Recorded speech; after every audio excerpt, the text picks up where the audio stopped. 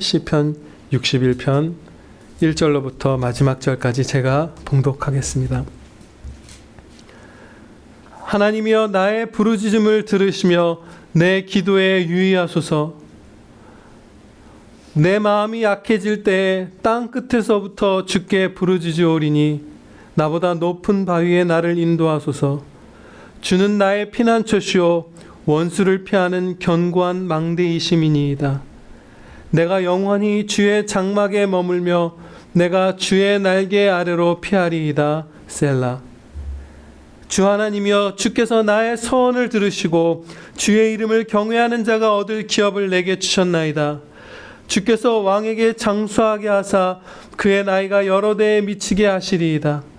그가 영원히 하나님 앞에서 거주하리니 인자와 진리를 예비하사 그를 보호하소서. 그리하시면 내가 주의 이름을 영원히 찬양하며 매일 나의 서원을 이행하리이다. 아멘. 본문 말씀 우리의 마음이 눌릴 때라는 제목으로 선포하도록 하겠습니다. 이 세상의 것으로는 불행한 사람을 결코 온전히 위로할 수 없습니다. 그러나 하나님께서는 마음이 눌리고 슬픔으로 쓰러져가는 자녀를 더 가까이 다가와서 일으켜 주십니다. 아멘. 심지어 내가 불행한 것이 내 죄로 인해 그런 것일 때조차도 하나님께서는 결코 그 긍휼을 거두지 않으시고 오히려 더 안타깝게 여겨주십니다. 그런데 그럼에도 불구하고 우리는 탄식하고 있을 때 기도를 멈추게 되기가 쉽습니다. 그럴 때가 많죠. 어떤 경우는 안타깝게도 원망하며 쓰러져 가기도 하고, 또 안타까운 경우는 너무 큰 어려움과 너무 큰 고통들, 환난들을 맞닥뜨렸을 때 우리의 사랑하는 형제 자매들을 우리가 보면 여러분들도 기억이 있으실 거예요. 마치 이렇게 마음이 정지돼 버린 것처럼 이렇게 멈춰서서 자신의 슬픔을 하나님께 토로하지 못하고 간구드리지 못하고 이렇게 주저앉아 있는 모습들을 보게 되죠. 너무나 큰 환난을 겪은 형제 자매들을 볼 때. 다윗도 바로 그렇게 큰 고통에 처해 있었고요. 이 시편을 기록할 때. 그렇게 자신의 슬픔을 하나님 앞에서 말로 표현할 수조차 없는 그 마음이 어떻게 굳어버린 것처럼, 그게 완악하게 굳었다기보다 그 고통 앞에서 주저앉아버린 그런 성도들의 마음을 하나님 앞에 표현할 수 있도록 도와주는 말씀이 바로 오늘 시편 말씀입니다. 또한 그들의 마음을 하나님 앞에 쏟아내게 하시면서 어떻게 알아야 할지 가르쳐주면서 기도로 인도하여 주셔서 끝내 우리에게 은혜를 주시려고 이 말씀을 우리에게 주셨습니다. 본문 말씀에는 표제가 달려 있어요. 다윗의 시 인도자를 따라 현악에 맞춘 노래, 이렇게 적혀 있잖아요. 근데 이 인도자를 따라 현악에 맞춘 노래라는 이 표제는 앞에 다른 시편 4편, 6편, 또 54편, 55편에도 붙어 있어요. 그래서 이게 5번째로 붙어 있는 본문 말씀이 5번째 시편인데, 원어로 보면 한 가지 차이점이 있습니다. 앞에 4가지 시편에 붙은 그 표제의 경우는 4가지 시편은 현악들이라는 단어로 복수로 쓰여 있어요. 근데 오늘의 본문 말씀은 현악해서 한 대의 현악기에 맞춰서 드리는 단수로 쓰여진 그런 표제예요. 그러니까 한 대의 악기에 부르는 것이 더 적합한, 좀 더 개인적이고 그런 내밀한 시편이라고 볼 수 있어요. 앞에 것들에 비해서. 그래서 앞에 4가지 시편의 경우는 악인들에 대한 하나님의 엄미하신 징계와 심판의 내용 같은 것들이 공통적으로 다 들어있거든요. 그런데 오늘의 이 시편은 우리가 마음이 눌릴 때 하나님 앞에 홀로 기도드리고 또 위로받고 함께 환난을 겪은 가족들이 모여서 주님 앞에 기도하면서 건지심을 받는 그런 더 개인적이고 혹은 내밀하고 더 그런 친숙한 의미의 말씀이에요. 다윗은 이 시를 쓸 당시에 마음이 심히 위태로울 만큼 쇠약해진 상태였습니다. 그는 나보다 높은 바위에 나를 인도하사 나를 구원하소서 이렇게 이제 2절에서 외치고 있어요. 그의 심령이 그 높은 바다 물결 파도에 잠겨서 거의 죽기 직전이었기 때문에 나보다 더 높은 저 세상의 물결이 나의 고통의 파도가 넘어설 수 없는 높은 큰 바위 위로 나를 올려주셔서 구원해 주시옵소서 이렇게 하나님께 빌었던 거예요. 그런데 안전하려면 바위가 높아야 하는데 바위가 높기 때문에 스스로의 힘으로는 올라갈 수 없었어요. 이런 해안들이 생각나더라고요. 여러분 뭐 스코틀랜드나 이런데 뭐 우리가 영화 같은 데서 보면 우리나라 해안선하고 다르게 바위 절벽으로 이렇게 해안선이 이루어져 있잖아요. 그래서 그런 것들 사진을 좀 찾아보고 했는데 어마어마하더라고요. 한 50m 이렇게 되는 바위 절벽으로 쫙 그 나라의 그 해안선이 이렇게 이루어져 있는 거예요. 그런데 많은 선원들이 실제로 그런 스코틀랜드나 영국 그 북부 지역의 그 절벽 해안선에서 난파됐을 때 죽었대요. 못 올라가고. 그래서 사다리를 놓기도 하고 마을 사람들이 힘을 합쳐서 도저히 그 절벽 위에 올라가면 여기는 아무리 큰 파도가 치고 있어도 사진 같은 것들 우리가 보면 꽃도 피어 있잖아요. 여기는 막 풍랑이 있는데 그 바위 위에는 꽃이 피어 있고 푸른 초장이 있잖아요. 근데 올라가고 싶고 올라가기만 하면 사는데 올라갈 힘은 우리한테 없는 거예요. 그래서 반석이신 주님 위에 올라가 굳게 서는 이 구원은 완전한 안전이 있고 완전한 위로가 있지만 우리의 능력만으로는 그 위로 올라갈 수가 없습니다. 그래서 아버지께 부르짖을 때 우리가 회복을 받습니다.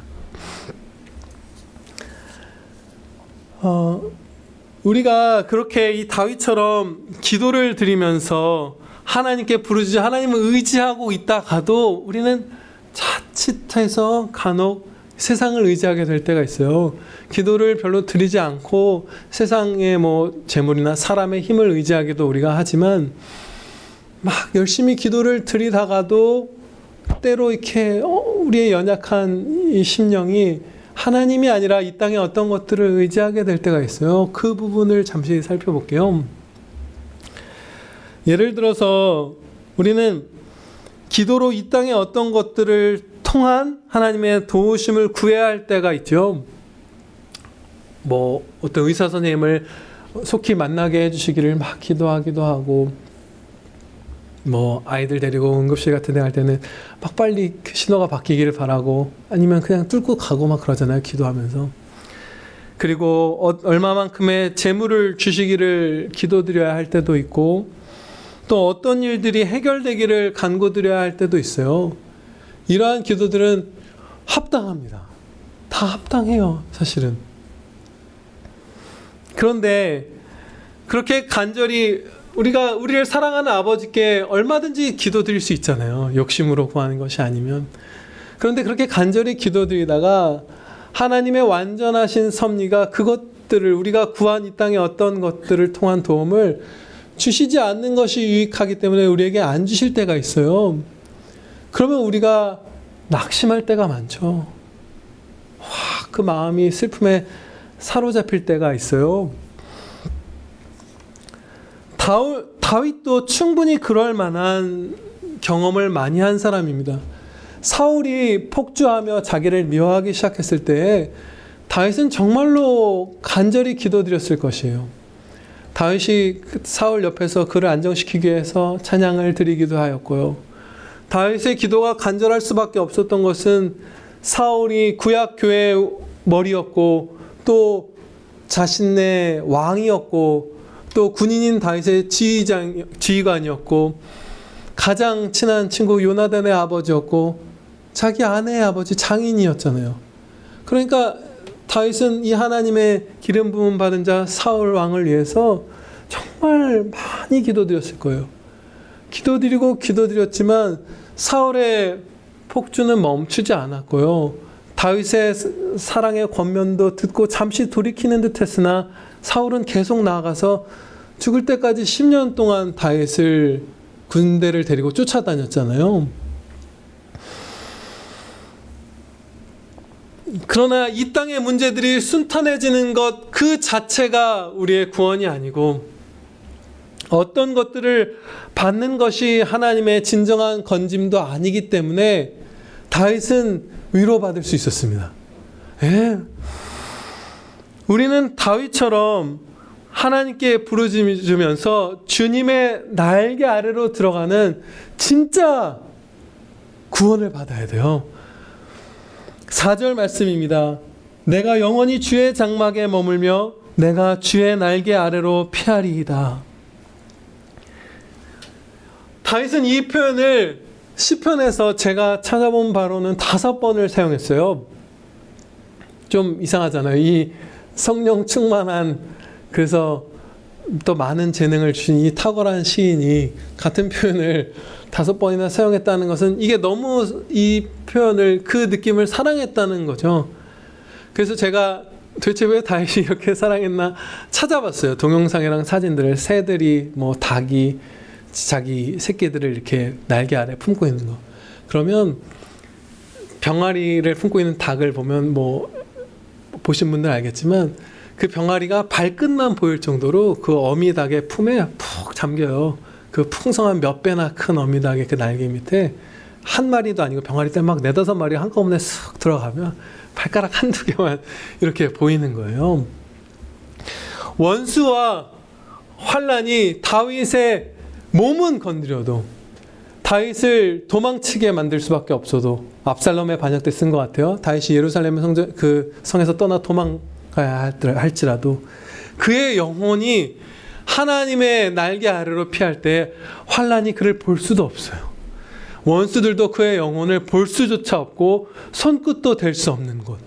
그곳이 바로 하나님의 날개 아래 피하는 것이에요. 얼마나 따뜻하겠어요. 그 병아리들은 엄마의 그 날개 밑에 품어서 얼마나 안전하고, 사실은 그 실상을, 적들의 공격의 실상을 다 보지도 못할 거예요. 다윗도 그랬을 거예요. 그들의 악의를 정말 100% 보지도 못하고 자신이 처한 위험을 미처 다 깨닫지도 못한 채 하나님 안에서 안위를 얻었을 거예요. 쫓겨다닌다 하더라도, 몸이 아프다 하더라도, 기도드린 것, 이 땅에 어떤 것을 통한 도움은 받지 못한다 할지라도 주님의 날개 아래로 피하는 자는 순교의 자리로 나아가면서도 평안합니다.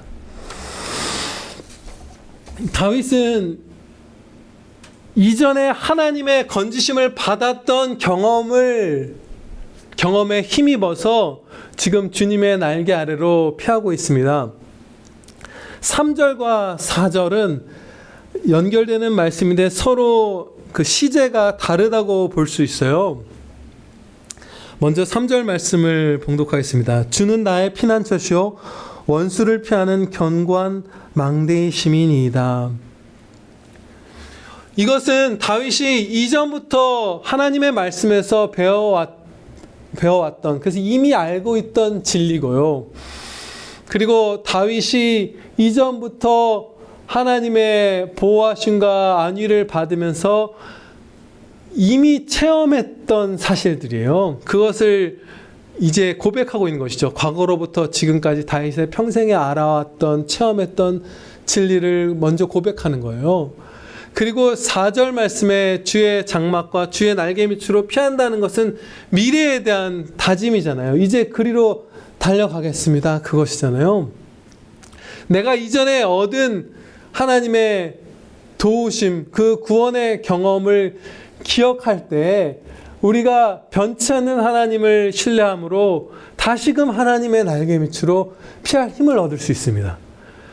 그런데 이때 다윗이 처한 상황은요, 앞서 잠깐 말씀드렸던 바대로 아마도 압살롬의 반역 때에 예루살렘을 떠나 있었던 그 상황인 것 같아요.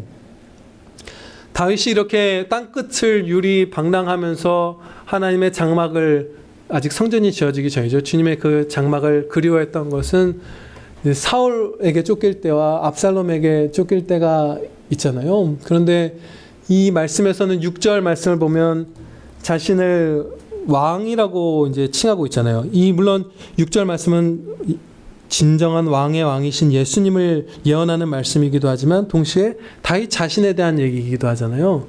그러니까 왕위에 오른 상태라고 볼 수 있고, 왕위에 오른 상태에서 이렇게 유리할 수밖에 없었던 때는 압살롬의 반역 때인 것이죠.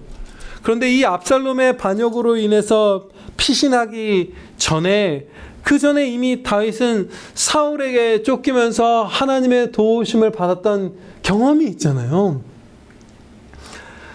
이런 식으로 생각한 것은 물론 아니었어요. 저번에도 나를 사울 손에서 건지셔서 이제 왕이 앉게 해주셨으니까 이 압살롬의 반역 때도 나는 당연히 예루살렘으로 귀환하리라, 이런 식으로 생각한 것은 아니었어요. 그보다 더 본질적인 구원에 다가갔던 것이죠. 그것은 내가 사울 왕에게 쫓길 때, 그를 피해서 동굴에 숨어 있을 때조차 주님의 날개 아래로 피했을 때 나에게 고통보다 큰 위로를 주셨고 고통보다 큰 기쁨을 주셨다.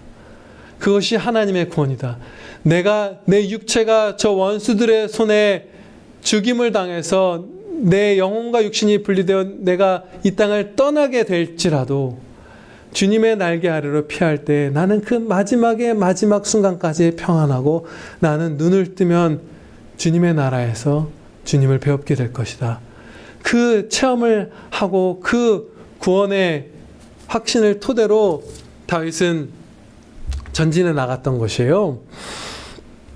그래서 주님의 날개 아래로 피한다고, 피할 것이라고 말하면서 결심하면서 또한 이렇게 말했죠. 내가 영원히 주의 장막에 머물리라. 이 땅의 도우심을 통한 어떠한 순탄함 정도의 위로를 얻은 것이 아니라 영원한 하늘 장막의 위로를 지금 이 땅에서 받은 것입니다. 우리 모두는요, 하나님의 모든 자녀는 지난 삶에서 다윗처럼 건지심을 받은 기억들이 다 있습니다. 하나님의 자녀 만드심을 겪지 않는 자녀가 없고, 이 죄와 슬픔이 있는 이 세상에서 고통받아 보지 않은 성도는 한 명도 없잖아요. 그런데 우리가 여기까지 왔다는 것은 하나님의 건지심을 우리가 다 받았다는 것이고, 우리가 그것을 기억한다면, 감사드리며 기억한다면 우리는 또다시 하나님께 나아갈 힘을 얻을 수 있을 것입니다. 4절의 마지막 부분에 셀라라는 말씀이 기록되어 있잖아요. 이 셀라라는 말씀을 기준으로 이 시편은 두 부분으로 나뉘어집니다. 1절부터 4절까지의 한 부분과 다음 5절부터 8절까지의 또 한 부분으로 나뉘어져요. 이 셀라라는 단어의 구체적인 뜻은 현재는 알 수가 없어요.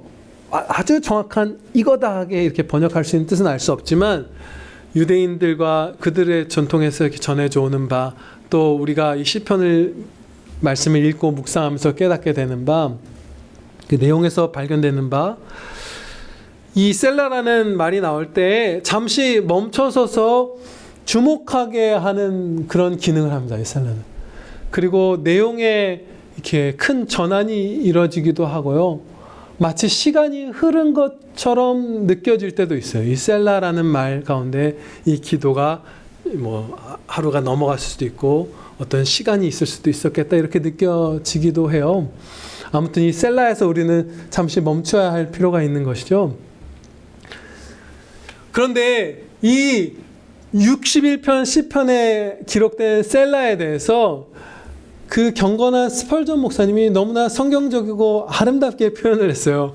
그래서 제가 더 좋은 표현을 찾을 수 없어서 그 표현을 인용하겠습니다. 여기서 우리는 잠시 쉬어야 한다. 우리의 가슴에 깊은 안식이 채워지고 슬픔의 눈물을 흘리다가 평화롭게 잠이 들면 하프도 그 소리를 멈추고 깊은 침묵 속으로 빠져든다. 예, 다윗은 4절까지는 계속 부르짖었어요. 제가 저를 높은 바위 위에 올려주셔서 주님의 날개 아래로 피하겠습니다. 결심하고 갑니다. 까지가 이제 4절의 기도였어요. 그러고 나서 이 다윗 왕께서 잠이 들었는지도 몰라요. 그렇죠? 아니면 그 기도 가운데 다윗의 심령에 주님의 영광의 빛이 새벽빛처럼 이제 비춰오기 시작한 것이에요. 셀라. 그리고 나서 5절부터의 내용은 바위 위에서 드리는 찬양입니다. 5절 말씀을 보면 다윗이 선을 하였다는 사실을 알 수 있습니다. 그런데 이 선의 구체적인 내용은 모르지만 본질적으로 이 선이 어떤 선이었는지 마지막 8절 말씀에서 가르쳐 주십니다. 8절 말씀을 제가 봉독할게요. 그리하시면 내가 주의 이름을 영원히 찬양하며 매일 나의 선을 이행하리이다. 나의 선을 이행하는 것이 바로 주의 이름을 매일 찬양 드리는 것, 영원히 찬양 드리는 것인 거예요. 그러니까 다윗의 선의 본질은 찬양 드리는 것이었던 것이죠. 모든 경건한 성도는 이와 동일한 본질의 선을 다 하나님께 드리게 됩니다. 왜냐하면 하나님을 사랑하고 하나님께 영광 돌리기를 사모하기 때문이죠. 예를 들어서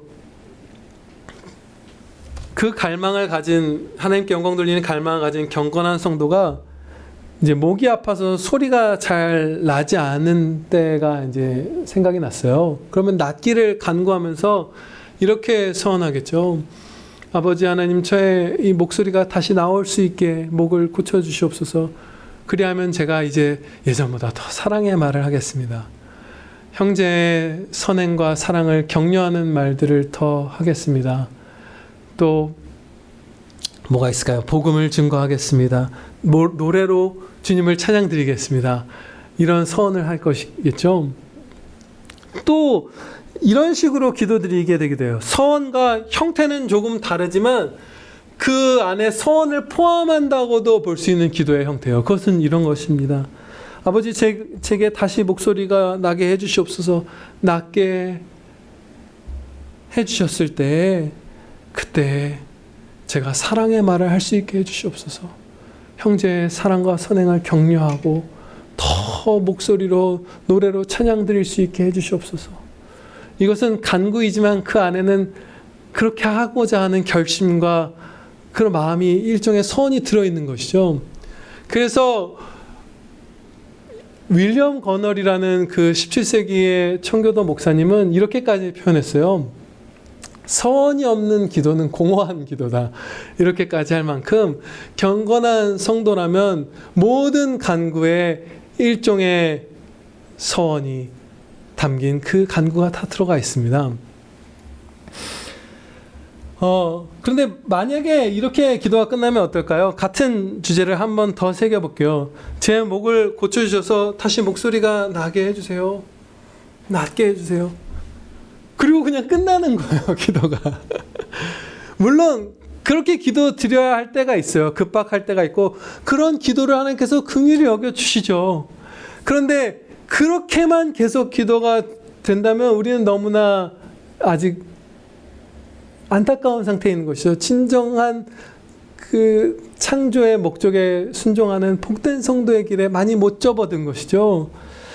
그러니까 무슨 사업이 성공하는 그것만이면, 무슨 어디에 합격하는 그 자체만이면, 승진하는 그 자체만이면, 재물을 얻는 그 자체만이면, 결혼하는 그것만이면, 건강해지는 그것뿐이면 안 되고, 우리는 항상 서원하되 그 모든 서원의 본질은 하나님께 찬양 드리는 것이어야만 합니다. 네, 아멘입니다. 5절 하반부에서 다윗은 하나님께서 주의 이름을 경외하는 자가 얻을 기업을 자신에게 주셨다, 이렇게 말씀하고 있어요. 주의 이름을 경외하는 자가 얻을 기업을 내게 주셨나이다, 이렇게 고백하고 있는 것이죠. 근데 주의 이름을 경외하는 자가 얻을 기업이란 당연히 영생이겠죠. 구원이에요. 그런데 다윗은 지금 좀 더 특별하게 그 영생의 은혜를 받고 있습니다.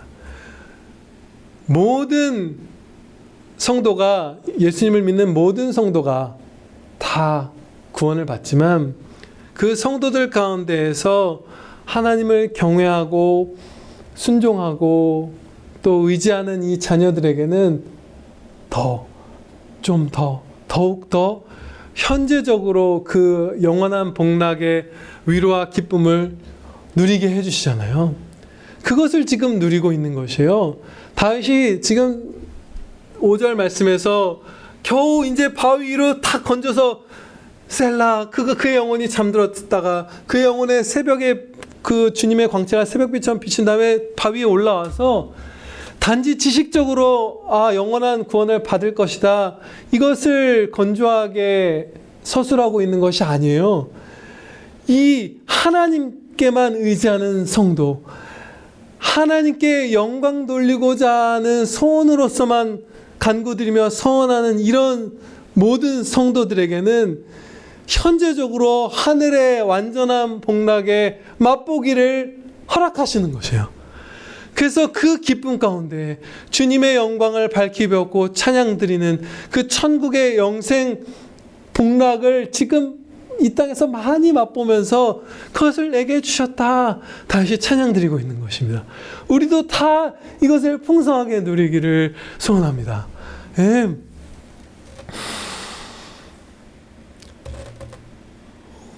우리가 하나님께 부르짖으며 주님의 날개 아래로 피하는 것을 막아서는 이제 여러 가지 것들이 있겠죠.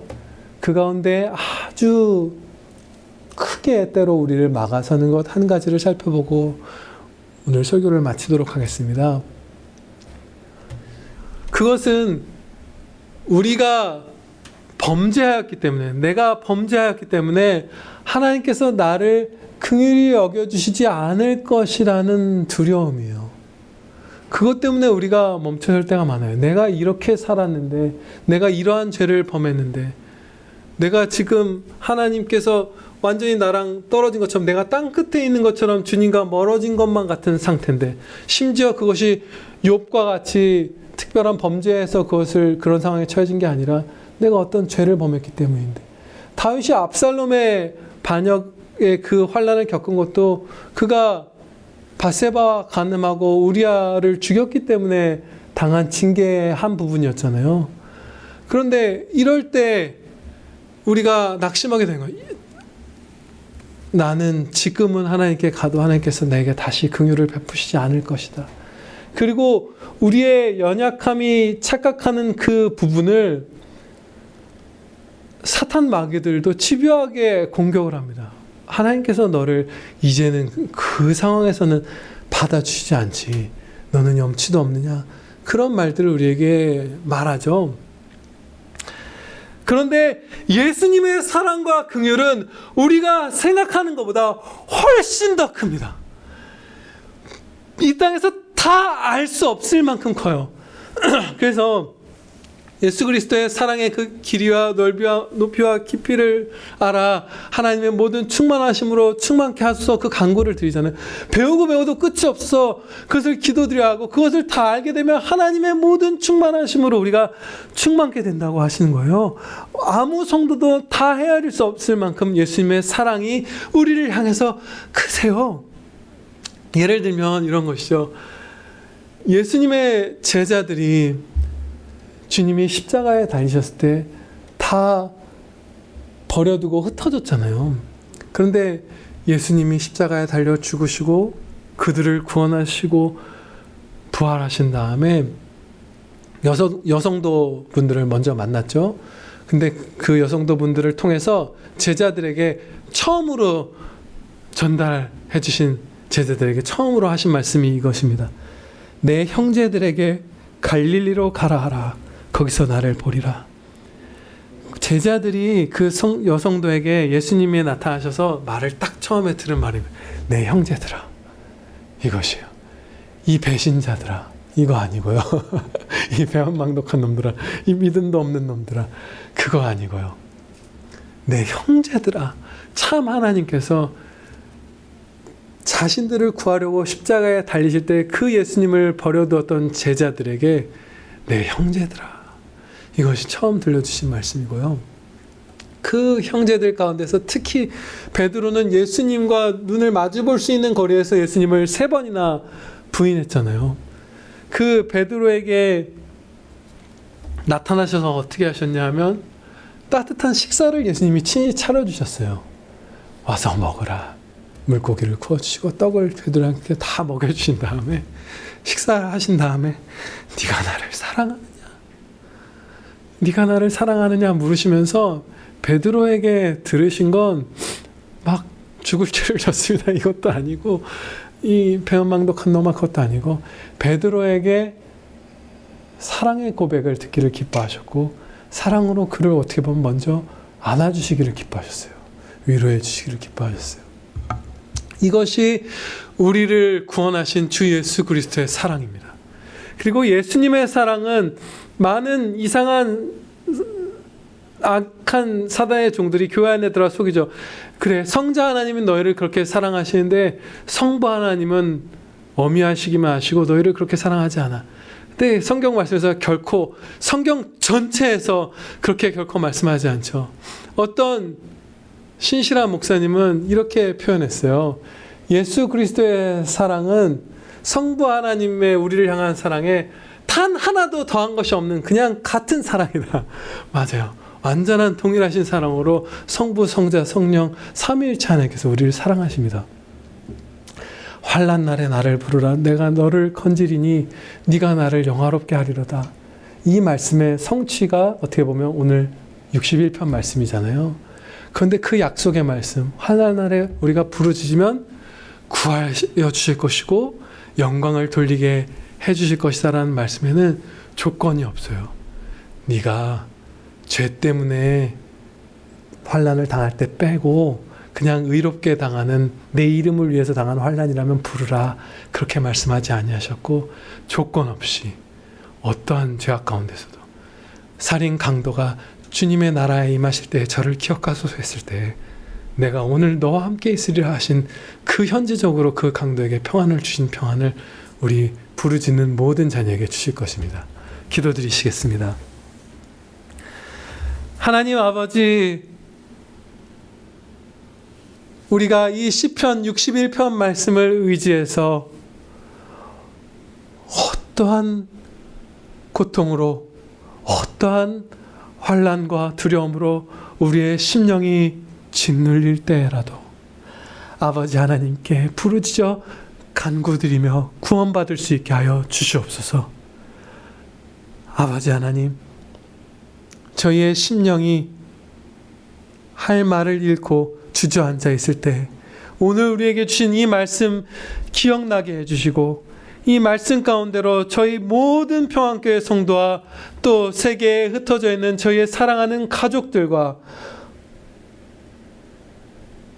그 모든 저희의 형제 자매들을 인도하여 주시사 저희가 주 날개 밑으로 들어가 영원한 그 구원의 기쁨을 오늘도 누릴 수 있게 하여 주시옵소서. 주여 위로하여 주시옵소서. 예수 그리스도의 이름으로 기도하렵나이다. 아멘.